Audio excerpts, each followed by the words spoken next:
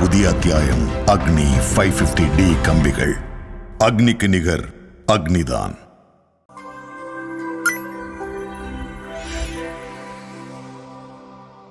வாதுமை மரம் உணவு பயன்பாடு மியூசிலி போன்ற உணவுப் பொருளின் பகுதி பொருளாக சேர்த்தும் உண்ணப்படுகின்றன.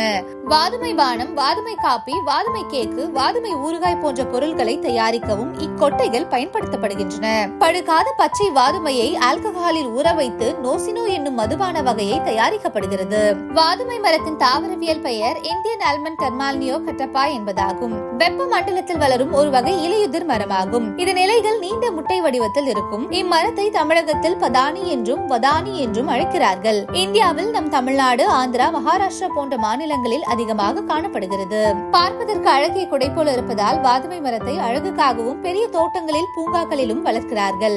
சுமார் 25 மீட்டர் உயரம் வரை வளரும் இதன் கிளைகள் ஒன்றின் பின் ஒன்றாக அடுக்கியது போல் குடை வடிவத்தில் இருக்கும். இலைகள் கரும் பச்சை நிறத்தில் தோன்றி நாளாக மஞ்சள் நிறத்தில் மாறி பின் சிவப்பு நிறமாகி உதிர்ந்துவிடும். பழங்கள் சிறியதாக கூர்மையான முட்டை வடிவத்தில் இருக்கும்.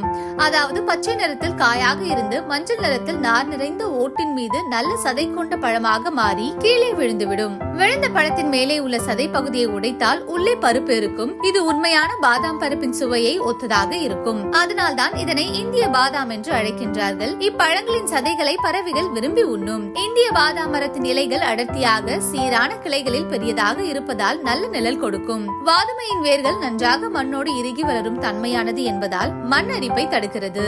ஆகவே நீர்நிலையங்களில் வாதுமை மரங்களை வளர்க்கலாம். மீன் தொட்டிகளில் மீனுக்கு உணவு இல்லையே என்று கவலைப்படுகிறீர்களா? உங்களுக்கு வேண்டாம் அந்த கவலை. இதன் காய்ந்த இலைகளை பொடியாக்கி மீன் தொட்டிகளில் போட்டால் குட்டி மீன்கள் அதை விரும்பி உண்ணும். குறிப்பாக பீட்டா எனப்படும் ஒரு வகை மீன்கள் வளர்வதற்கு வாதுமையின் காய்ந்த இலை தூள்களை பயன்படுத்துறாங்க.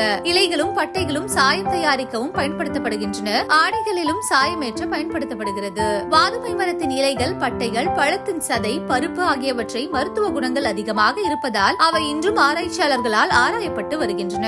பழம் மற்றும் இலைகளில் பாக்டீரியா, பூஞ்சைகளை அழிக்கும் சக்தி நிறைய இருக்கு. உடம்பில் கரும்புள்ளி இருந்தால் இதன் பருப்பிலிருந்து எடுக்கப்படும் எண்ணெயை தேய்த்து பாருங்கள், கரும்புள்ளி மறைந்துவிடும். பருப்புகளை நீங்கள் உண்டால் உங்களுக்கு வயிற்றுப்போக்கு இருக்காது, குடல் வியாதிகள் தீரும்.